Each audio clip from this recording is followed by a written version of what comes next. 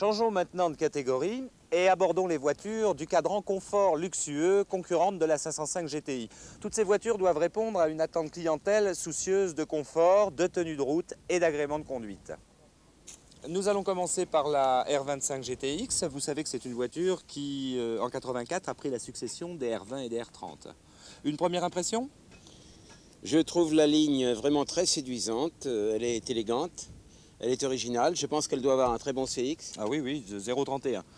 C'est une voiture qui est disponible en 17 versions essence et diesel. Dès son lancement, d'ailleurs, elle a connu en France un grand succès auprès du public puisqu'elle a été classée 6e en 84 avec 70 000 voitures vendues. En effet, c'est un très bon résultat pour une voiture nouvelle. Oui, nouvelle, oui, mais enfin pas si moderne que ça puisque cette carrosserie cache en fait une architecture déjà ancienne. Voyons le moteur. Alors c'est un 2165 cm3, comme la 505 GTI. 4 cylindres en ligne, arbre à cam en tête à injection électronique. Il développe 123 chevaux à 5250 tours. La R25 est une traction avant à direction assistée et elle est équipée d'une boîte 5 vitesses. Voyons maintenant l'intérieur. Oui.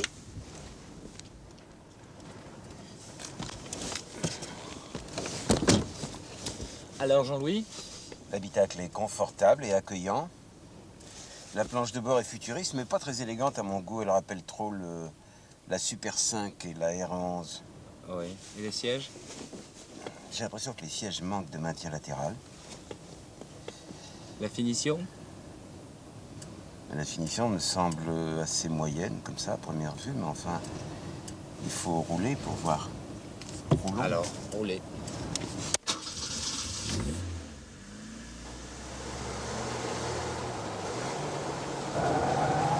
Elle s'ouvre comme toutes les tractions avant. Elle tient bien la route, elle a une assez bonne motricité. Je trouve le moteur assez puissant. La boîte à vitesse est assez bien étagée, assez précise.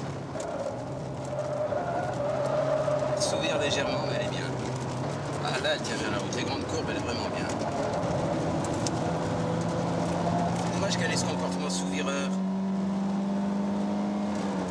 Ah, elle couine, hein, là on entend nettement. Elle fait des bruits de plastique.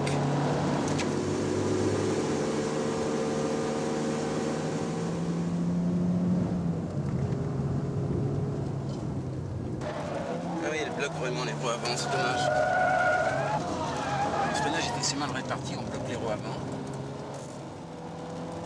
Ah, puis ce côté plastique qui couine, ça m'énerve.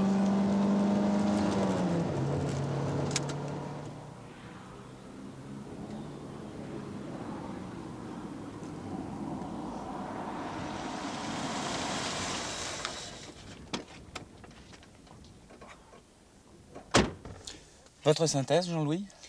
Elle a un bon comportement, elle tient bien la route. Le freinage est un petit peu déroutant. Oui, elle a 2 freins à disque à l'avant, la 505 GTI a elle 4 freins à disque. Il est certain que c'est plus efficace.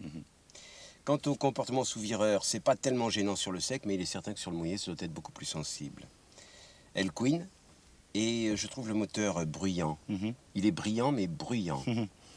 Bien.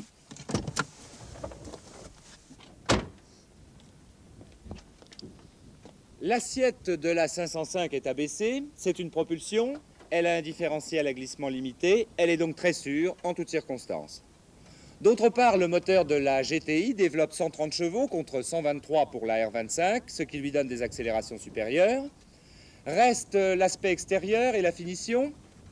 L'atout carrosserie de la R25 est bien contrebalancé par l'évolution de la 505 GTI, génération 86, d'un style extérieur plus agressif. Son nouvel aménagement, et notamment au niveau du tableau de bord, surclasse celui de sa concurrente. Enfin, elle vaut 5 700 francs de moins à l'achat. Tous ces éléments positionnent au mieux la 505 face à sa concurrente Renault dans le cadran confort luxueux.